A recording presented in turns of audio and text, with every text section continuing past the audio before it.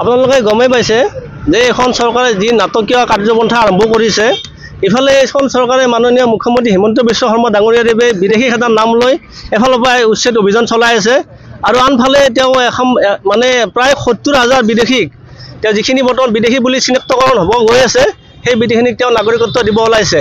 গতিকে তেওঁ ভাবিছে যে বিদেশীখিনিক যদি নাগৰিকত্ব দিব পাৰে তেতিয়াহ'লে তেওঁ নিৰ্বাচনত জিকা ৰাস্তা ক্লিয়াৰ হ'ব।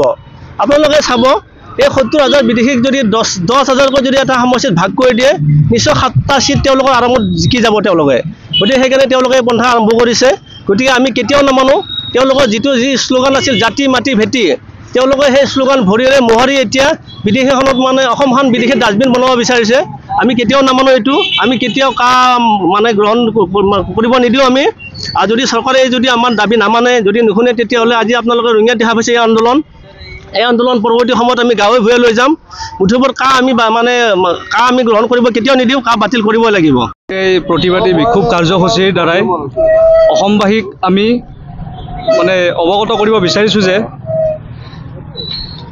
নাগৰিকত্ব সংশোধনী আইন 2019ৰ বিৰুদ্ধে ইতিমধ্যে সুপ্ৰিম কোৰ্টত আপোনালোকে সকলোৱে জানে 237টা গোচৰ ৰুজু হৈ আছে আৰু ইমানকেইটা গোচৰ মানে থকাৰ পিছত মানে বৰ্তমান যিখন চৰকাৰে কেন্দ্ৰীয় চৰকাৰে যে মানে এটাৰ পিছত এটা নিদৰ্শন জাৰি কৰিছে, এটাৰ পিছত এটা নটিফিকেশ্যন জাৰি কৰিছে।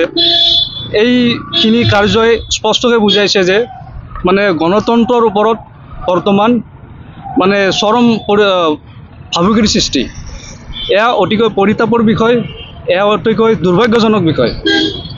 আজি আমাৰ অসমত যিখিনি অন্যান্য দল সংগঠন সেই দল সংগঠনবোৰকো মোৰ ফালৰ পৰা আহ্বান জনাইছোঁ, আপোনালোকৰ নাগৰিকত্ব সংশোধনী আইনৰ 2019ৰ যিখিনি গোচৰ আছিল সুপ্ৰিম কোৰ্টত সেই গোচৰৰ আপোনালোকে ক্ষীপ্ৰ শুনানিৰ বাবে আবেদন দাখিল কৰক।